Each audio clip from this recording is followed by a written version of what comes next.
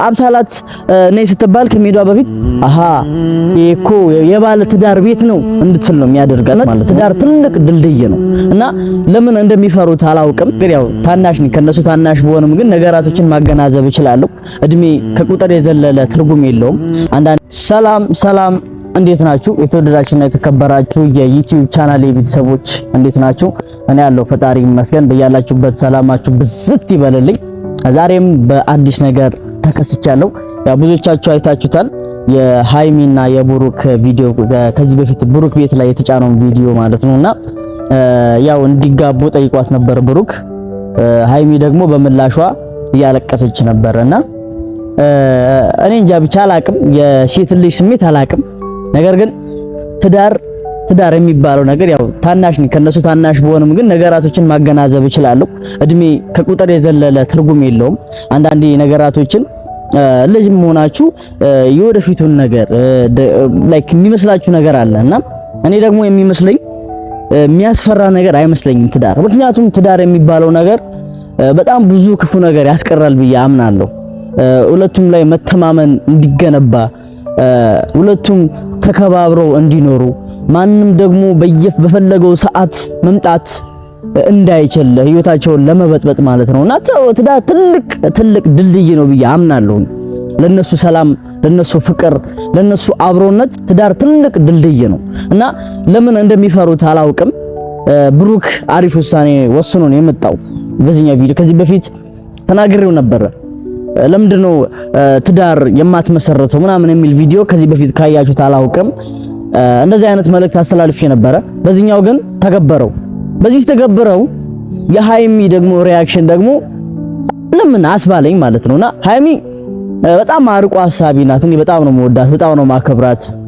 አርቆ ሐሳቢ ናት። ከምን አንፃር እንደዛ ልትል እንደቻለች ባላውቅም ግን መጋባታቸው በጣም አሪፍ ነው ብዬ አምናለሁ። ለምሳሌ ትዳር ላይ ቢሆኑ በበቀደሙ ቪዲዮ አብሳላትን አጠራቱን ነበር። ምክንያቱም የባለ ትዳር ቤት ነው። አያችሁ በጣም ያስከብራል ነው የምላችሁ። ትዳር ማንም እንዳይደፍር ነው የሚያደርገው። አብሳላት ነይ ስትባል ከሜዷ በፊት አሃ እኮ የባለ ትዳር ቤት ነው እንድትል ነው የሚያደርጋት ማለት ነውና ትዳርን ለምን እንደሚፈሩት አላውቅም። ግን ትዳር በጣም ለሰላማቸው፣ ለአንድነታቸው፣ ለአብሮነታቸው ትልቅ ድልድይ ነው።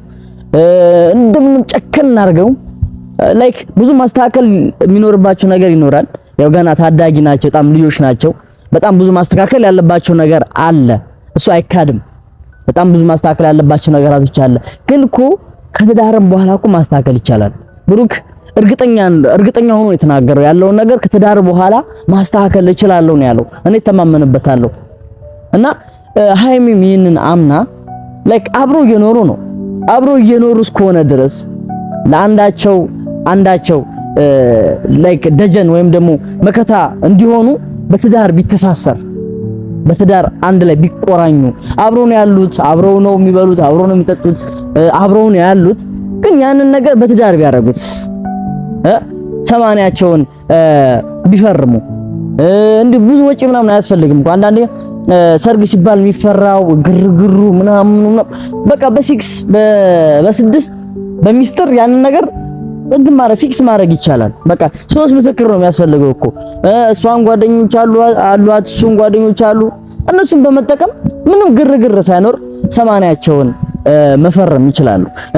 ብሎም ደግሞ ከዚህ በፊት ይሉን የነበረውን የአራት ልጆች እናትና አባት እንሆናለን እያሉ ነበርና የአራት ልጆች እናትና አባት ደግሞ እንዲሆኑ መሰረት የሚሆነው ድልድይ የሚሆነው ትዳር ነውና እኔ እንዲጋቡ ነው የምፈልገው። ሁለቱ ተጋብተው አብረው በፍቅር እንዲኖሩ ነው የምፈልገው። ማንም እየገባ እንዲበጠብጣቸው አልፈልግም። የማንም መጫወቻ እንዲሆኑ አልፈልግም። ትዳራቸው በማንም እንዲበጠበጥ አልፈልግም፣ ከግንኙነታቸው ማለት ነው። ግን ይሄ ሁሉ ደግሞ የሚሆነው በትዳር አንድ ሲሆኑ ነው፣ በአንድ ላይ ሲቆራኙ ነውና ብዙም አልላችሁም፣ ብዙም አላወራባችሁም። ይሄ ነው ሐሳብ፣ ይሄ ነው።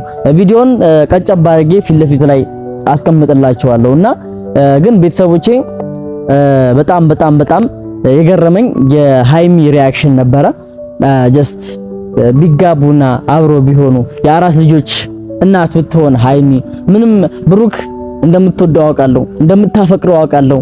ብሩክም እሷን እንደሚወዳት እንደሚያፈቅራት አውቃለሁ።